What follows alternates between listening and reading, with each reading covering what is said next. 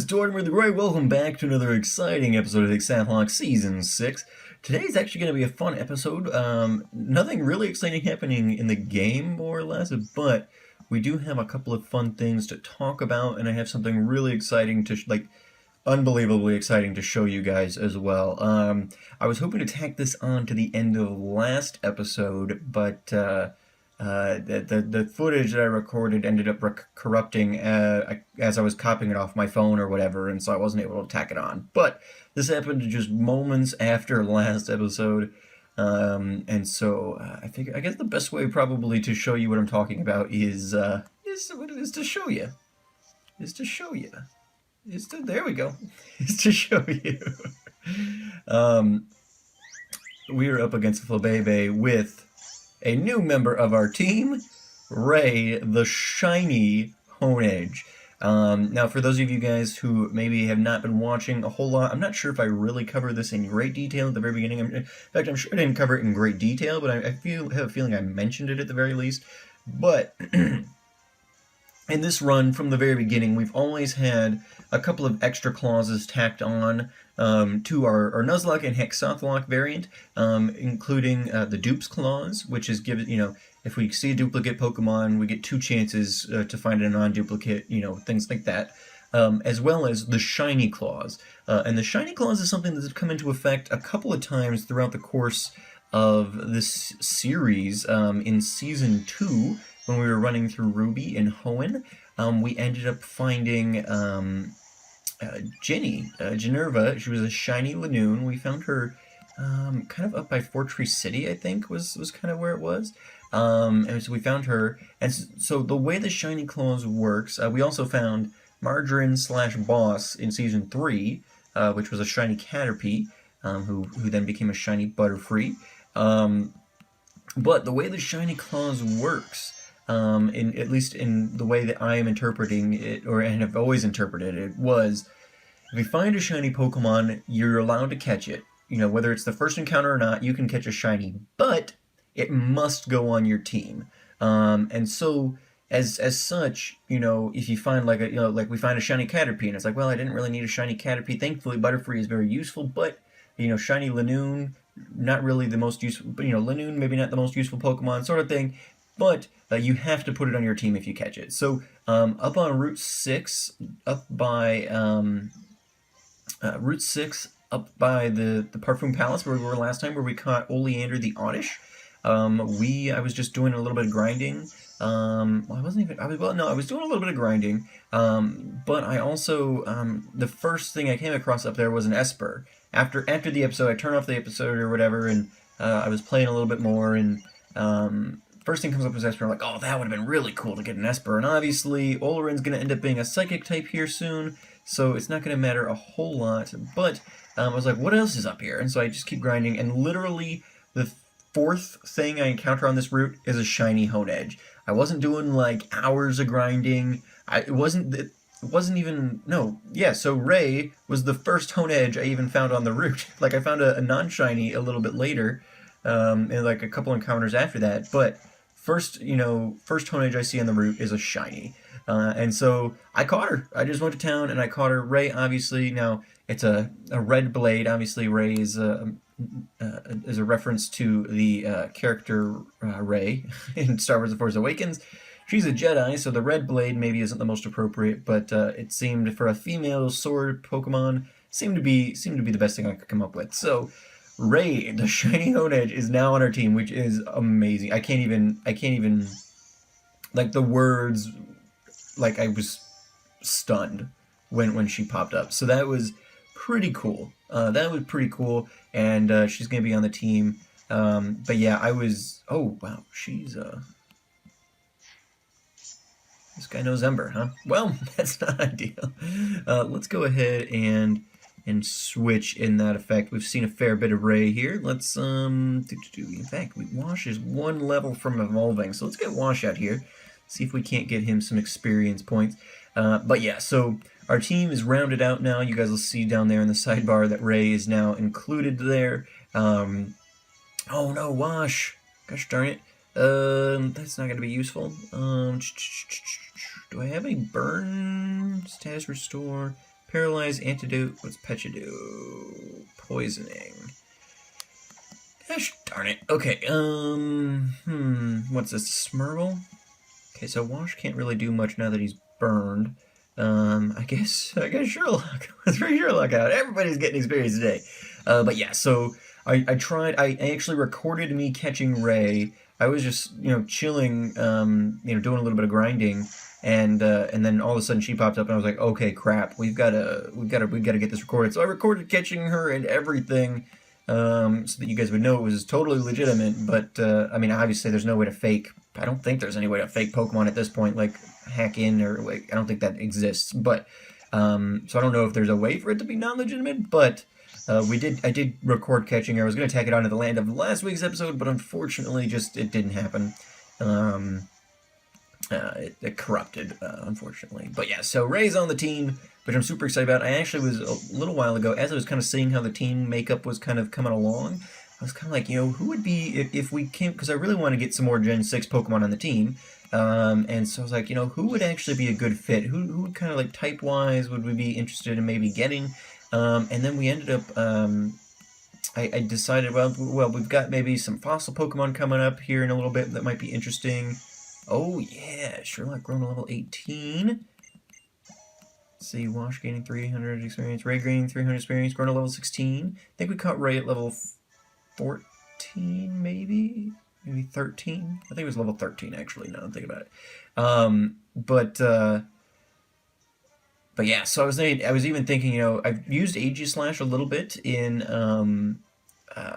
Showdown and things like that, and I've actually really enjoyed using Aegislash. I didn't use an Aegislash when I came through this game the first time, but I was thinking, if we could find an Aegislash that, gives us Steel Ghost typing, it's kind of decent coverage. I was also, like I said, maybe the fossil Pokemon or had kind of a list of Pokemon that might be interesting to get Gen 6 wise and be able to flesh out the team with some type and things like that.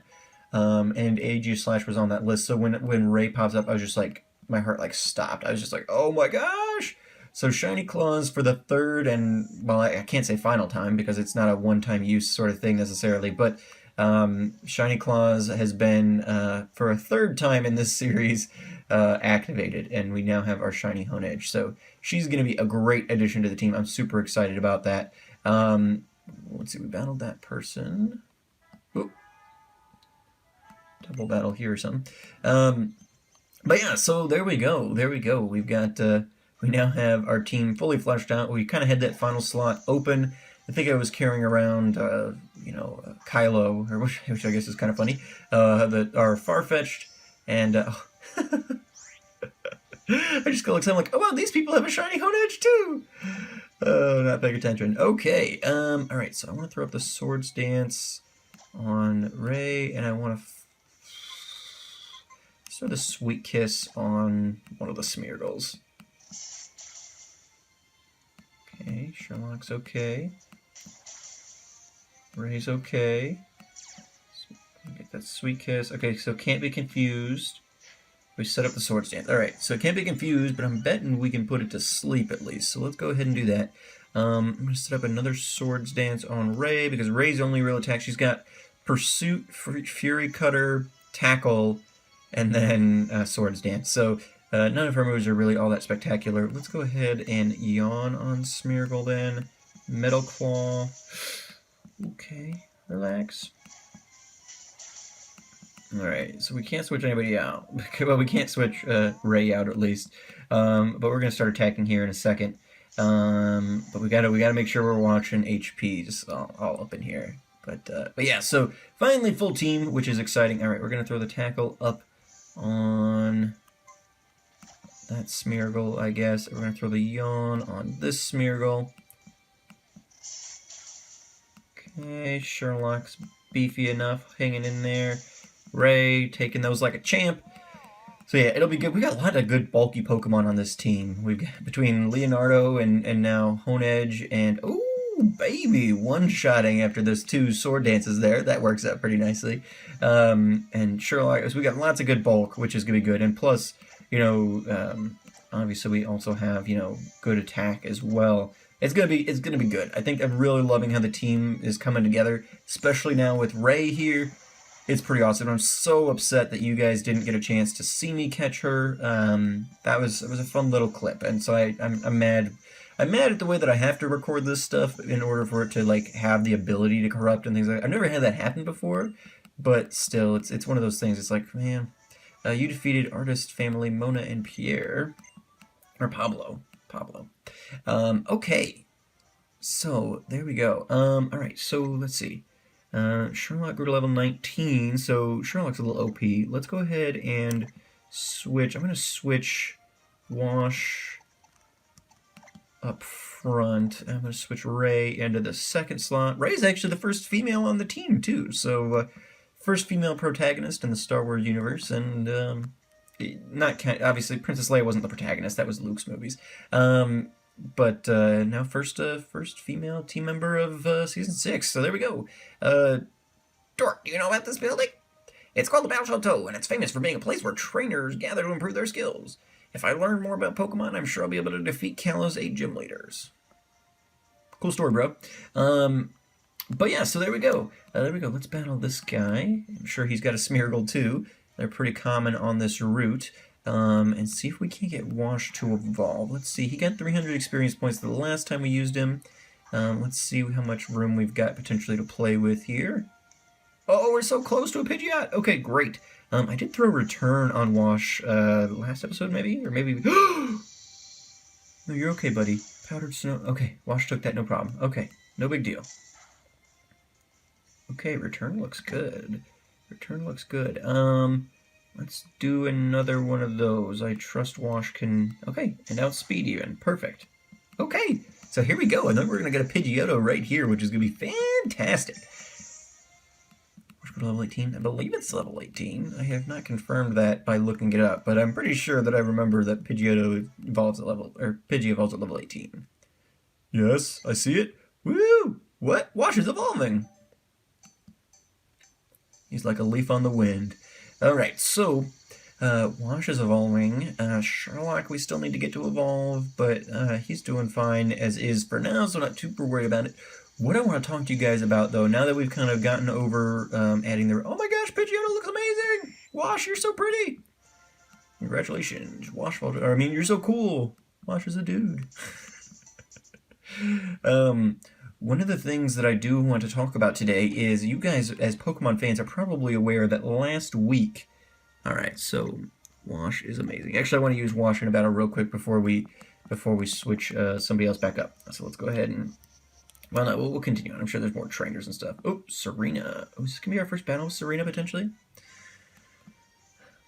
don't mind, I'd like to have a Pokemon battle with everybody. Now, who should we pair it? Oh, right. Me and Serena are going to battle against Tierno and Trevor. I think that's right. Yeah. Trevor. Yes. Pokemon Trainer Tierno and Pokemon Trainer Trevor. Pokemon Sound Corphish. Ooh, Pikachu. Okay, we're going to have to get... Wash out of here. I have no interest in... oh, we both have fighting Pokemon. Alright, so I have no interest in Wash being immediately killed after evolution by Pikachu here. Let's see, we've got level 14s. We've got a Corphish and we've got a Pikachu.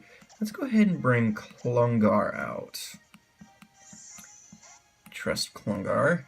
That Vice Grip or Clamp or whatever Corphish was using on us last time was painful, but then Klungar's evolved since then. Fletchling's staying in, throwing that quick attack up on the Pikachu. Pikachu static. Okay, Fletchling's going to be paralyzed. Not a big deal. Pikachu uses Thunder Shock on the Fletchling. Corphish is going to use Vice Grip on the Fletchling. Perfect. You guys do what you got to do.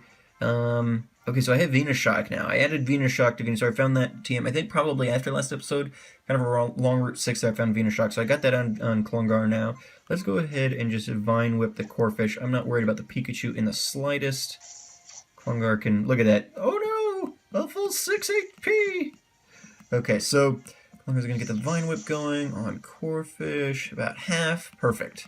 That'll work. It's going to finish off the Fletchling. Serena will probably send in her Froakie? Yeah, she's got Froakie. Frogadier. Alright, so hers is evolved as well. Alright, so let's finish off the Corphish. But yeah, so I started saying, you guys as Pokemon fans are probably aware, but last week let's see, it was on Tuesday morning, so this has been a little bit of time for you guys now, but last week on Tuesday morning, we got the first real. I mean, we got a peek at some basic stuff for the new Pokemon games. Is what I'm talking about. Pokemon Sun and Moon. We got some. They're waiting on me. We got some basic information. A while ago, they kind of like the introduction, like, oh, this generation is coming, just the very first teaser or whatever we got a little while ago. But last week then, we got the reveal of the starters and the legendaries, or at least the box cover legendaries. Klungar go to level 18, attaboy Klungar. And Wash go to level 19, attaboy Wash. Klungar used Venoshock, but it fails because there's no Pokemon. Oh, we do have some more. Oh, and some groups. We'll actually get to use Venoshock potentially. So let's use that. Get some Poison type going. But yeah, so last week on Tuesday morning they revealed the starters. Let's see, there was 3 starters. Rowlet, the grass flying type. It's an adorable little grass owl. And I can already tell you that I'm Team Rowlet. The other 2 are Litten. It's a little fire cat, which honestly, it doesn't look bad or anything, but they just gave us Litleo last generation, or what, this generation? So like in Gen 6 here, we just got Litleo, which is a fire lion cub or whatever, but it just feels too close. Like, why do we have like another fire cat? We just got a fire cat introduced. I feel like there's probably plenty of other creatures that they could have gone with and would have been something a little more unique, but whatever. I'll hold judgment until they see the evolutions, but and I don't dislike the design of Litten at all. It just seems kind of bland. And Rowlet is grass flying, I said, right? So it's a dual type first stage. Litten is just pure fire type for now, and then the water starter is called Poplio,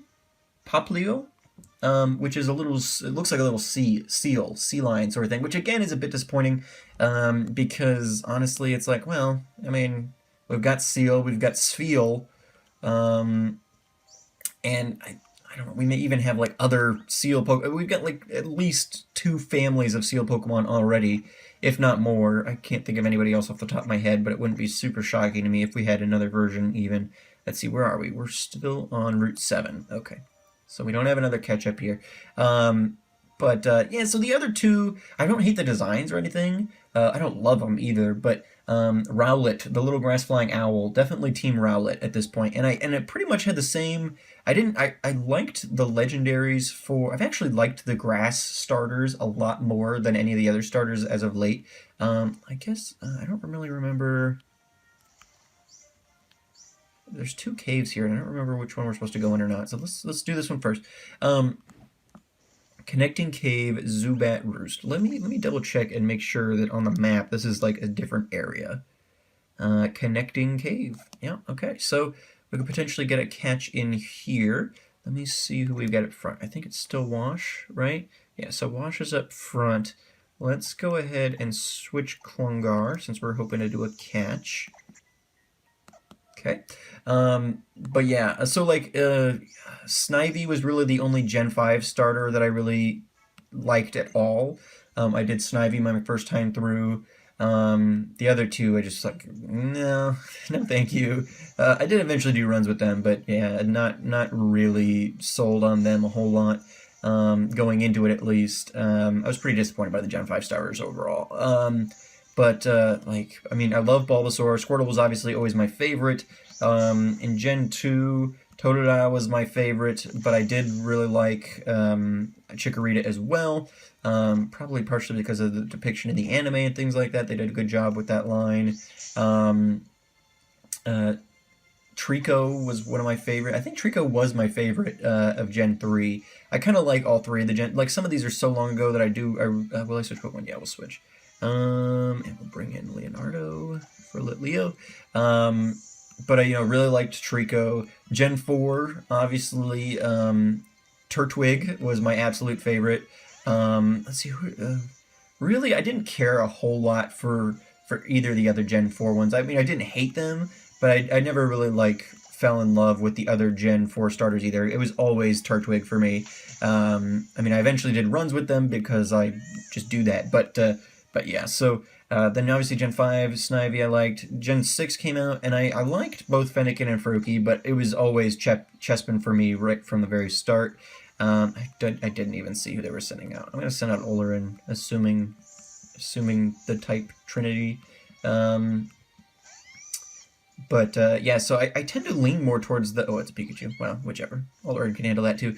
I tend to lean more towards the grass starters, it seems like, in these, later generations for sure. So, not super surprising to me, but yeah, definitely Team Rowlet. That little grass owl, you guys can go out and check. I retweeted some of that, and I'm sure the information's all out there if you guys haven't seen it somehow. I think, honestly, now that they've released the starters, that's really only the first thing I ever want to see. That's like usually the only thing I want to see. They released a little bit of information about the region. It's called the Alola region, but it's tropical. It's basically like Polynesian. Alola, I'm assuming, is a play on Aloha, because the whole place looks like a Hawaiian island or something. About to send an Oddish. We'll switch it. We'll stay in on Oddish.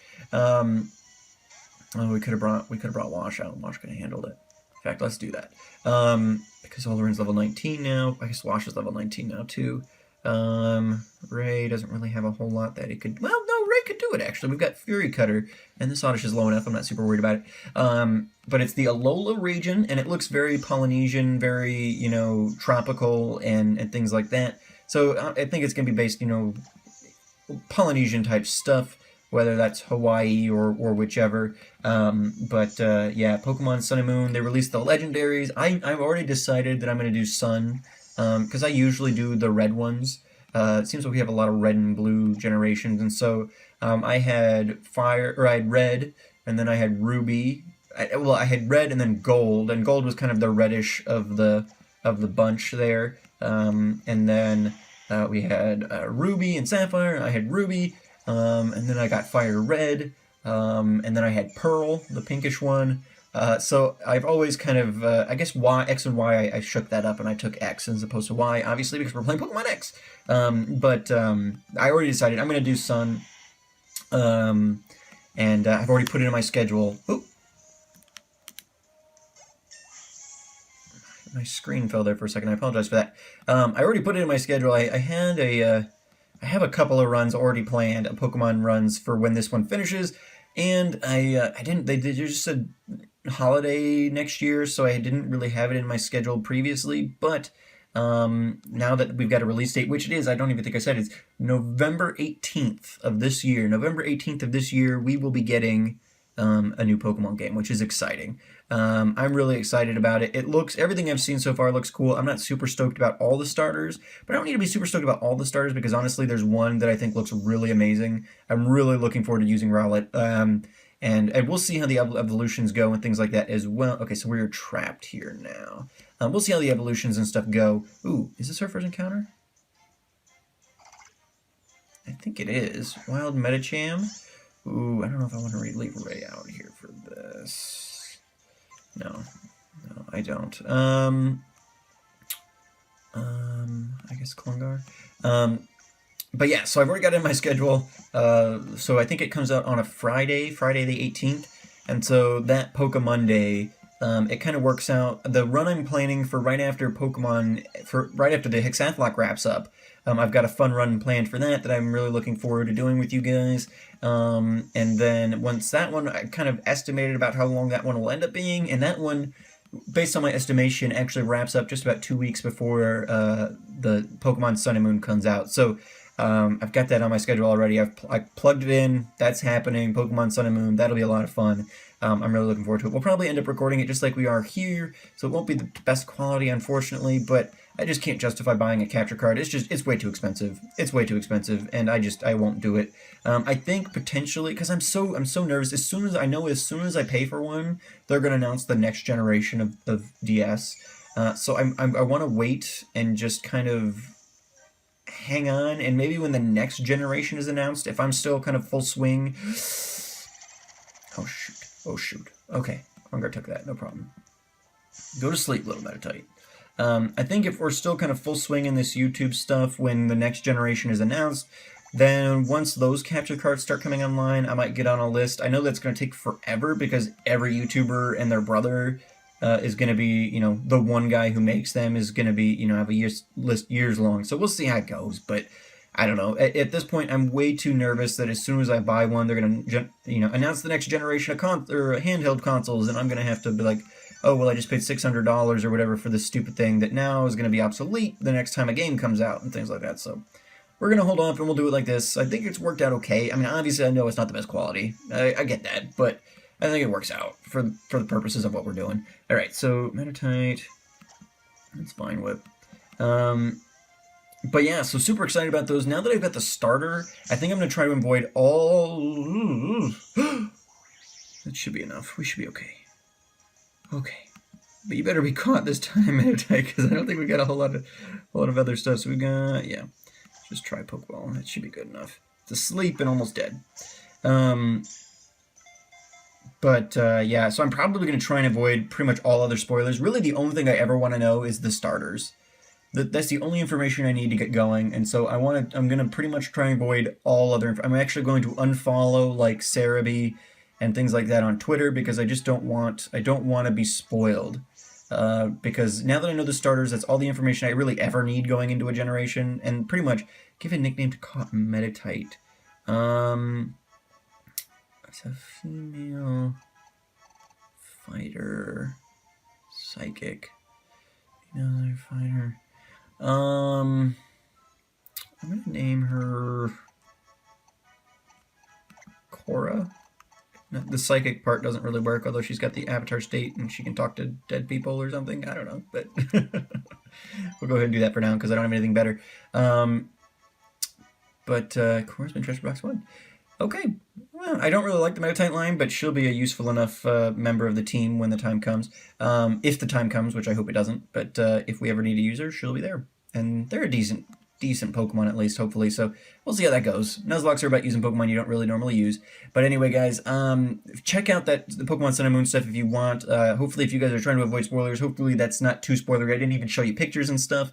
But I really wanted to talk about it because I'm super excited about it.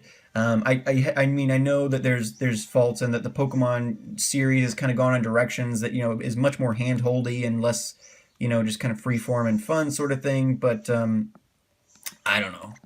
I still love these games.